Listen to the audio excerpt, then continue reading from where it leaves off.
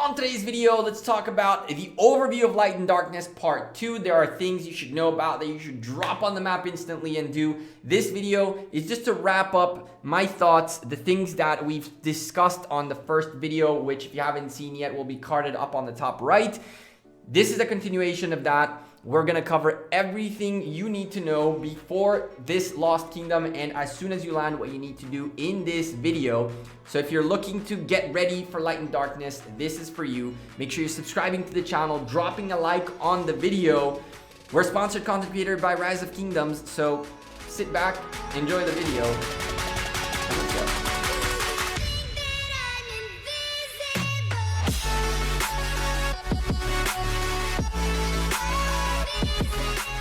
Hey there YouTube, welcome back to Gekko Gaming. This is part 2 of our overview. We're still in Solar Day. Well, technically it's pretty much 10 minutes after the last recording. Anyway, I didn't want to go too much into the nitty-gritty in one video. Didn't want to make like a 40-minute video. So this is part 2. We're going to teleport into the map and then start discussing what are things you should know from the beginning to hit the ground running. Now, here's the deal.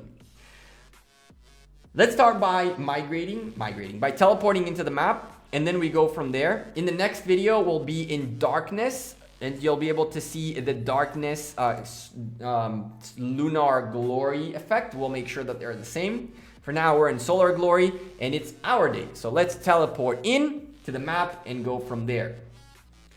So the crazy thing about this new mode is that it has tons of things to do very early on, and unlike the last Lost Kingdom, it encourages you to get on the map with everything you have as quickly as possible.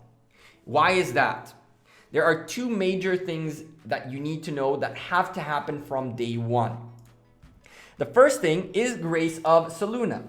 Obviously, you want to make sure you're gaining all of these awesome extra stats. From Commander XP gain, which is less useful, to action point recovery, a gathering speed, attacks, defenses, troop attack in general, and from there burning speed increase, building durability, so forth and so on. We won't go into this on this video, but there's definitely going to be a video specifically about every one of these skills and everything you need to know.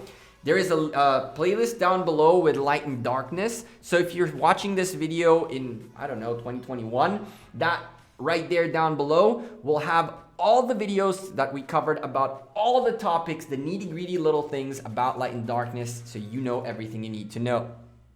But the reason this is super important from early on is that you're going to need these coins. You're going to need all of these, solar or lunar coins to upgrade your skills. The way you get these coins is through hunting barbarians. If you look at the honor points right here, for every barbarian you hunt, you also get coins. So you do want to hit the ground running. You don't want to wait for day 2 or for day 3 to start stage 2 of Crusader Fortress like in the previous Lost Kingdom. You want to start grinding barbarians from the moment you land on the map. In previous Lost Kingdom, the recommendation was wait until stage 2 of rebuilding your Crusader Fortress, where you have to hunt barbarians to build the Crusader Fortress, and then start spending your AP. In here, the early bird gets the worm. The faster you start, the better your skills are, and the more likely you are to get ahead of your opposition. So the first thing you need to know is hit the ground running. Land in Lost Kingdom with a full AP bar and start blasting it from day 1. The second thing you need to know is that it doesn't mean because you need all of these coins and individual honor points, it doesn't mean that farms don't have a place in Lost Kingdom in the beginning. Usually what happens is that the main alliances port in until the next zone opens up. Once the next zone opens up and there's more space on the map, you go ahead and port in your farms and do all these things. In this mode, starting strong with farms is super important. Why? In Past Glory, you have Light versus Darkness, another event we will be covering in much in detail and in depth for you later on. For now, know that The first stage is 4 days long, and it starts with gathering. That's right, gathering resources is crucial. And so you have to hunt barbarians and gather at the same time. You're gathering for light versus darkness and for yourself, obviously, and you're hunting barbarians for your team to gain individual honor points, to get alliance honor points, and to get those coins for alliance skills. So now the first thing on the map that needs to happen is hunt barbarians, bring your farm, go farm. 5 marches farming, 5 marches hunting barbarians. Obviously, Zone 4 is way too small, and if you do a good enough job, you can cover all of the nodes pretty much. It'd be awesome if you can find yourself with 0 nodes available. And the coolest thing about this is, from day 1, you already have a few level 8s, level 7s, all over your Zone 4. And so it's not that you're going to be gathering only, level 5s and 6 worst case. There are plenty of 6s, 7s, 8s in the initial zone, and plenty of space for you to gather. Not enough for a full kingdom, obviously, but hey, you definitely don't want to be doing junior Alohars in here right now. What you want to be doing is hunting all of these barbarians out and gathering every single tile. I'm liking what I see from 279. I don't see one empty tile so far, and that's what you need to see and do really in order to be number 1. So as we mentioned, first thing on the map, gather, hunt. Both of them are okay. Both of them are worth it. Both of them help your camp. But there is more. A total of 25 alliance fortresses were built in all alliances in Lost Kingdom, means that you obviously want to get your main alliances in and building quickly.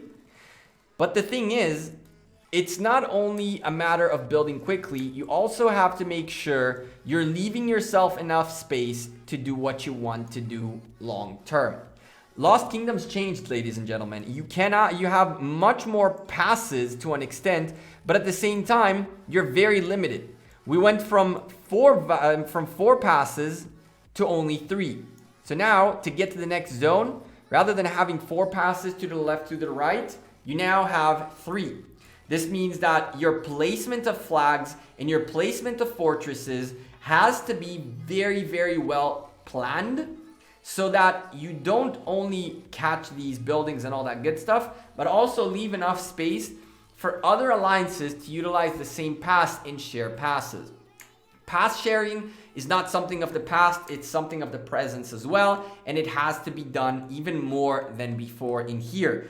So plan ahead your flagging and make sure you know exactly where everything goes, because there is a little bit less space in here and less passes for sure.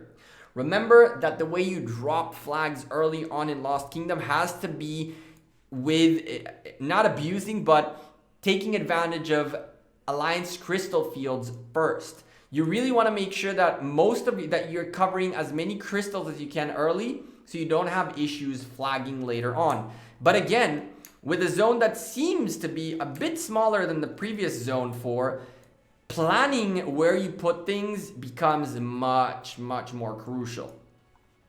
I don't know how these decisions were made. I do see that some alliances dropped 2 fortresses in the first zone, which I'm assuming it's just for that Twilight thing. But I don't really know the strategies in here yet. I don't know what the heck is going on. I just landed in here. And yeah, that's the first couple of things you need to know early on. Before you even start going crazy, this is number 1 priority. Plan your flags correctly, drop your fortresses correctly, pick up these buildings as quickly as possible, gather and hunt barbarians like nuts. So far, I haven't felt that much lag. It is a little bit laggy moving around, and you can see Solar Glory at its peak right now. Solar Glory giving us 2 buffs right there. Now, one of the problems is that there is a day and a night day. You really want to make sure that during the day that your buff is on, you're really utilizing the buff as much as possible. it doesn't mean that you need to only spend AP when it's your day. But when you're spending AP, think about these things.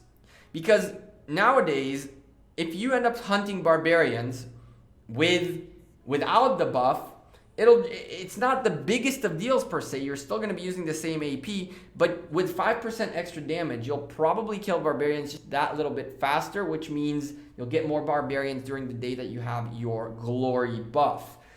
There are many things to consider in this new Lost Kingdom mode beyond just the basics. Is it daytime or nighttime?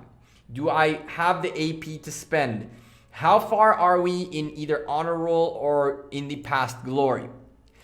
Nowadays, what's going to end up happening is that kingdoms, alliances, and coalitions of kingdoms are going to need to figure out what their priorities are. It looks like for Camp Lunaria, going more for light versus darkness is the way to go. But, well, truthfully, they've also been doing really, really good on the individual honor roll. You can see right there, 283, and the folks of Lunaria doing really, really good in here. But again, it's one of those things where it can change overnight, and it's going to require, this new mode is going to require everybody to be much more synchronized. The 4 kingdoms working together, knowing which days they're doing what, who is in charge of what. A farming kingdom nowadays can be super, super, super useful in this to at least win the past glory. So as an individual who doesn't have AP, you can still contribute to your whole event by gathering. You can still contribute to your whole event by doing things beyond the usual Lost Kingdom stuff. I don't think there's much more we can talk about for now. I want to break these things into individual videos so we can give you more details. And I do need to spend more time researching all of these and figuring out what's the best way to get certain items and utilize certain items.